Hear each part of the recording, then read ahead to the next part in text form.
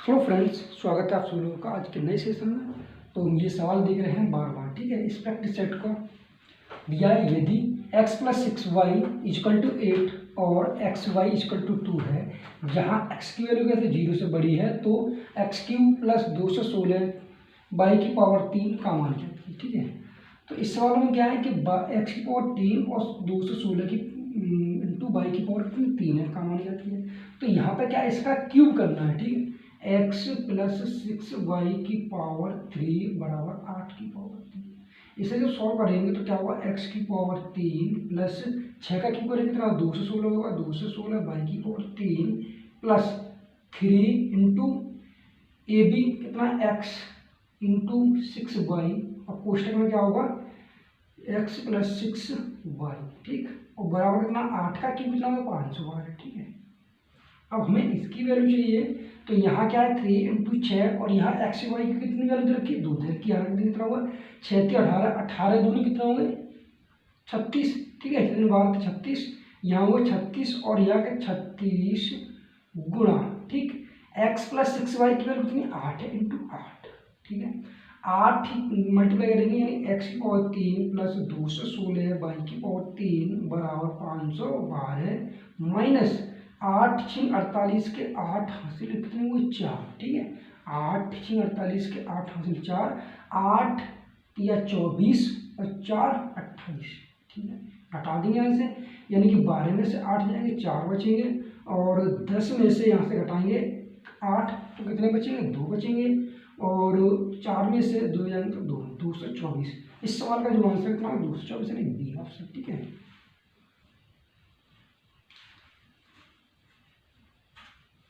अगला सवाल दिया है, यदि x + y + 3 = 0 है तो x की पावर 3 प्लस y की पावर 3 माइनस 9xy + 9 का मान ज्ञात कीजिए। यहाँ पे क्या है, दो वेरिएबल दिए गए हैं इस इक्वेशन एक के, ठीक है। तो यहाँ से क्या करेंगे हम y बराबर 0 रख दे रहे हैं या x बराबर 0, तो ठीक है सॉल्व कर लेंगे। यहाँ पे हम रख दें y बराबर 0 तो x बराबर क्या होगा, x बराबर -3 हो जाएगा, ठीक है। यहाँ से अब यहाँ जब y बराबर 0 क्या यहाँ करेंगे तो कितना होगा x की पावर 3 और y हो जाएगा 0, ठीक। और ये क्या है 9xy, y यहाँ भी 0 ये भी 0 तो कट जाएगा प्लस 9 बचेगा, ठीक। अब x की वैल्यू -3 है, -3 और q -3 का होल q हो जाएगी प्लस का 9। इसे जब q करेंगे कितना होगा 3 का 9 27, -27 प्लस 9 कितना बचेगा -18। तो इस सवाल का जो आंसर कितना जाएगा ए ऑप्शन 18, ठीक है, माइनस के। अगला सवाल देखते हैं। अगला सवाल दिया है कि ए बी केंद्र O वाले वृत्त का व्यास है, ठीक है। एक वृत्त है, ठीक है, ये क्या है एक वृत्त है, ठीक। और वृत्त का ये केंद्र क्या है O है, ठीक है। अब ए बी केंद्र O वाले वृत्त का व्यास है, ठीक है। यहाँ पर क्या है ए बी केंद्र वाले क्या है ए और ये क्या है बी, ठीक है। वृत्त का व्यास है। बिंदु ए पर एक स्पर्श रेखा खींची जाती है। बिंदु ए पर क्या स्पर्श रेखा खींची जा रही है, ठीक है। बिंदु ए पर स्पर्श रेखा खींची जाती है। सी वृत्त पर एक ऐसा बिंदु है जिससे बीसी को आगे बढ़ाने पर, कोई बिंदु सी है, ठीक है। मान लीजिए हमने एक सी बिंदु ये है, इसे जब आगे बढ़ाने पर ये किसी बिंदु पर, ठीक है, आगे बढ़ाने पर बीसी को आगे बढ़ाने पर स्पर्श रेखा से बिंदु P पर मिलता है। यहाँ पर बिंदु P है, P पर मिलता है। यदि कोण APC की माप कितनी है, APC की माप कितनी, यहाँ पॉइंट C है, यहाँ कितनी माप है 62 है, ठीक है। तो लघु चाप AC का माप है, ठीक है, माप ज्ञात कीजिए आप। AC लघु चाप क्या है AC, A और C, इस चाप की बात की, इस मेजर आर्क की बात की गई है, ठीक है, इस वाले की, यानी कि मेजर आर्क कौन सा है इसकी बात की गई है। अब यहाँ पर जो इसकी लंबाई तो पूछ नहीं गई है, यहाँ डिग्री में पूछा गया मान, ठीक है। तो यहाँ से क्या है कि यहाँ ये ओ वृत्त का केंद्र है, केंद्र से हम क्या करेंगे यहाँ से एक लाइन खींच देंगे, ठीक है। अब AOC इस सवाल में पूछा गया, वो क्या पूछा गया AOC कोण AOC की माप पूछी है इस सवाल, ठीक है। तो यहाँ से जो कोण बन रहा है ये वाला कोण, तो यहाँ कैसे बराबर है, ठीक है। ये कोण कैसे हैं, आपस में बराबर है। ये कोण क्या है, ठीक है। अब एक चीज और हम देख रहे हैं कि ये एंगल वृत्त की स्पर्श रेखा पर जो एंगल बन रहा है वो कितना बन रहा है, 90, ठीक है। अगर ये 90 का है, ये 62 का है, तो ये एंगल कितने का होगा, ठीक है। ये एंगल कितने का हो जाएगा, ये एंगल होगा आपका 90 प्लस 62, और इस वैल्यू की निकालनी क्या करेंगे, 180 में से घटाएंगे, क्योंकि टोटल तीनों त्रिभुज के कोण का कितना था, 180 है, तो 180 अंश में से घटा देंगे, ठीक है। कितना ये हो जाएगा 2 और ये 15, ठीक है। 180 में से घटा दें, कितना बचा, 10 में से 2 गए तो कितने बचेंगे 8, और 7 में से 2 गए तो 5, यानी 28 बचा। अब ये एंगल जो 28 अंश का है, ये एंगल अगर हम इसको देखें, ये वृत्त के केंद्र पर बना कोण और वृत्त की परिधि पर बने कोण, ठीक है। इसका मतलब क्या है, ये दुगना होता है, ये 2 गुणा 28 तो कितना होगा, ये 56, ठीक। तो इस सवाल का जो आंसर है वो कितना हो जाएगा, 56, यानी कि ए ऑप्शन, ठीक है।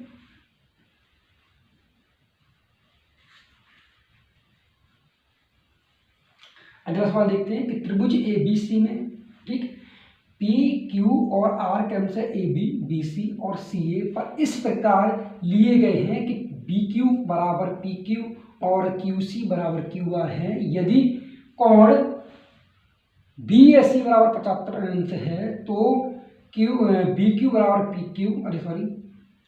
PQR का माप डिग्री में क्या है, ठीक है। अगर कोण BAC कितना 75 अंश है तो PQR की माप निकालनी, ठीक है। एक त्रिभुज दिया गया है हमें, ठीक, ये क्या एक त्रिभुज है, ठीक है। यहाँ त्रिभुज का AB और C, ठीक है। यहाँ कहा गया है PQR क्रम से AB पर कोई बिंदु है, ठीक है, BC पर कोई बिंदु है, और क्या है AC पर कोई बिंदु है। अब P जो है वो AB का मध्य बिंदु है, ठीक है, और Q जो है वो BC का मध्य बिंदु है, और CA जो है वो किसका मध्य बिंदु है, CA पर एक मध्य बिंदु कौन सा है, R है, ठीक है। तीनों को मिला दिया जाए, ठीक है। अब यह कंडीशन देखिए, BQ बराबर का है PQ है, BQ B और Q, ये वाली जो लाइन है ये BQ बराबर किसके बराबर है, P और Q के, यानी कि P और Q इस लाइन के ये बराबर है, ठीक है। और आगे कहा जा रहा है कि QC बराबर QR के है, QC जो ये वाली लाइन है वो इस लाइन के बराबर है, ठीक है। यदि कोण BAC 75 अंश है, BAC कितना है, ये 75 अंश है, ठीक है। ये कितना है, 75 अंश है, ठीक है। तो PQR यानी कि PQR इसकी वैल्यू चाहिए, ठीक है। अब हम यहाँ से देख रहे हैं कि अगर ये लाइन बराबर हैं, ठीक है, तो ये एंगल आपस में कैसे होंगे, बराबर होंगे। हमने मान लिया ये एंगल कितना है, थीटा है, ये एंगल भी थीटा है। इसी प्रकार ये लाइन कैसे आपस में बराबर हैं, ठीक है। तो सॉरी ये नहीं, ये वाली लाइन बराबर है, यहाँ दिया है PQ बराबर क्या है, QR, PQ बराबर ये क्या, ये, ठीक है। तो ये लाइन बराबर है, तो यहाँ पर ये लाइन बराबर, तो ये एंगल कैसे होंगे, ये वाले एंगल और ये एंगल कैसे हैं, बराबर है, ठीक है। इसको हमें मान लेना है अल्फा, ठीक है। अब ये क्या है 75 अंश, अगर त्रिभुज के तीनों कोणों का इतना 180 अंश होता है, ये थीटा है, ये अल्फा, यानी कि थीटा प्लस अल्फा प्लस 75 अंश बराबर कितना है, 180, ठीक है। तो थीटा प्लस अल्फा बराबर कितना हो जाएगा, 180 माइनस 75, यानी कितना बचा, 105, ठीक है। अब अगर यहाँ हम देखें इस एंगल की बात करें, कौन से PQB की बात करें, इस वाले एंगल की बात करें हम, और इस वाले एंगल की बात करें, ठीक है। ये टोटल कितना, ये थीटा, ये कितना है, ये हो जाएगा 180 अंश, ठीक है। 180 अंश माइनस 2 थीटा, ये कितना हो जाएगा, इसी प्रकार 180 अंश माइनस 2 अल्फा, ठीक है। इस वाले एंगल की बात निकालनी है, ठीक है। तो ये टोटल पूरा कितना हो जाएगा, 180 अंश लिखेंगे हमसे, कि 180 अंश माइनस 2 थीटा प्लस ये क्या है P Q R, angle P Q R और प्लस 180 अंश माइनस 2 अल्फा बराबर किसके है 180 अंश। ये टोटल पूरी कितना है 180 अंश। अब 180 अंश ये कट गया यहाँ से, ठीक है। अगर इसको ऐड करेंगे तो कितना होगा, ये 180 अंश इधर ले जाके भेज देंगे, ठीक है।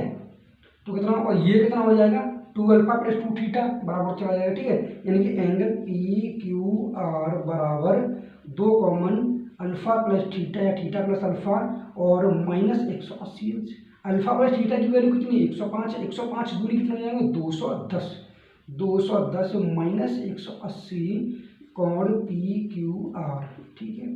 जब घटाएंगे यहाँ से कितना बचेगा 30 अंश, यानी पी क्यू आर की वैल्यू कितनी हो जाएगी 30 अंश। इस सवाल का जो आंसर कितना आएगा 30 अंश, यानी कि डिग्री में, यानी कि सी हो, ठीक है।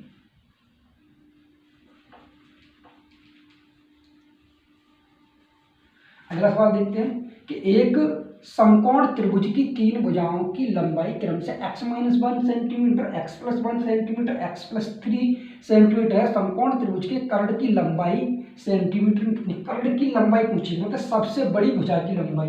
x-1 एक भुजा है, एक x+1 और एक भुजा है x+3। इस सवाल को बाई ऑप्शन देखते हैं, ठीक है।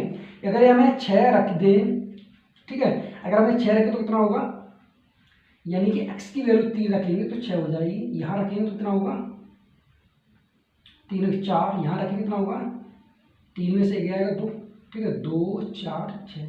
अगर हम कर्ण को वर्ग करें कितना 36 बराबर 4 4 16 प्लस 2 2 4, ठीक, तो इसके बराबर नहीं है, तो ये टेबलेट नहीं बनना है, ठीक है। अगर हम 10 रख के देखें ऑप्शन के हिसाब से ये नहीं होगा, 10 रख के देखें यहाँ, यानी कि 7 + 3 10 हो जाएगा, यानी 7 + 3, यहाँ 7 + 1, यहाँ 7 - 1, तो कितना होगा ये 6 होगी, ये 8 हुआ, ये 10, ठीक है। 10 का वर्ग करेंगे तो 100 बराबर 8 का वर्ग करेंगे प्लस 6 का वर्ग करेंगे 8 × 2 64 प्लस 36, ये कितना होगा 100। तो इसका मतलब ये क्या है, ये 100 बराबर 100 हो रहा है, तो इस सवाल का जो आंसर वो यही हो जाएगा, यानी बी ऑप्शन, ठीक है। ये ट्रिपलेट बन रहा है, तो कर्ण की भुजा सबसे बड़ी कौन सी हो जाएगी 10। अगला सवाल देखते हैं कि एक समबाहु त्रिभुज ए बी सी केंद्र ओ वाले वृत्त में उत्कीर्णित है, ठीक है। लघु चाप बी सी पर एक बिंदु डी है, ठीक है। तो एक का है, तो एक वृत्त है, वृत्त के अंदर क्या है,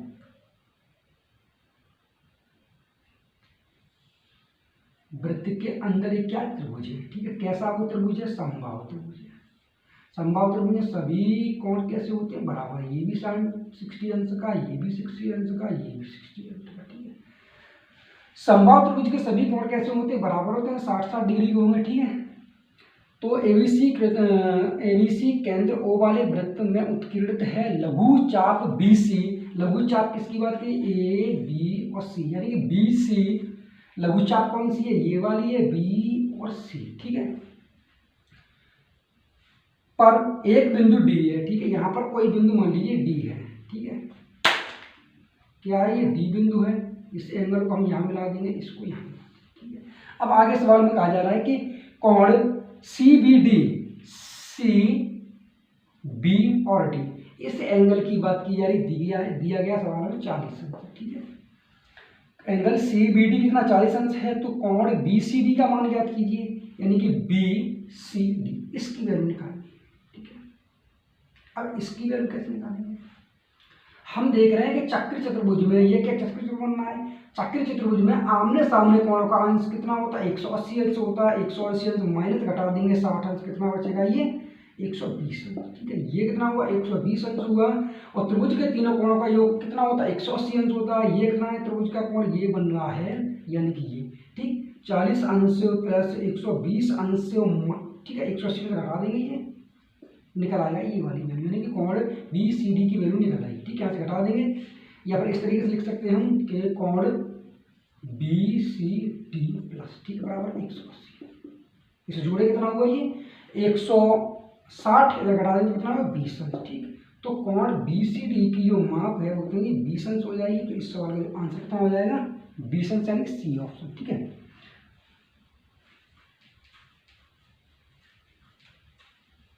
अगला सवाल देखते हैं कि 8 सेंटीमीटर भुजा वाले ठोस घन को 16 सेंटीमीटर लंबाई, 8 सेंटीमीटर चौड़ाई और 15 सेंटीमीटर ऊंचाई वाले एक आयताकार कंटेनर में गिराया जाता है। ठीक है, एक आयताकार कंटेनर में कौन गिराया जा रहा है? घन गिराया जा रहा है। घन की जो कितनी सेंटीमीटर भुजा? 8 सेंटीमीटर भुजा। ठीक है, ये कंटेनर है ये।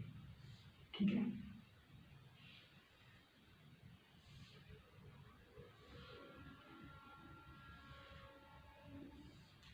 ये कंटेनर। ठीक है,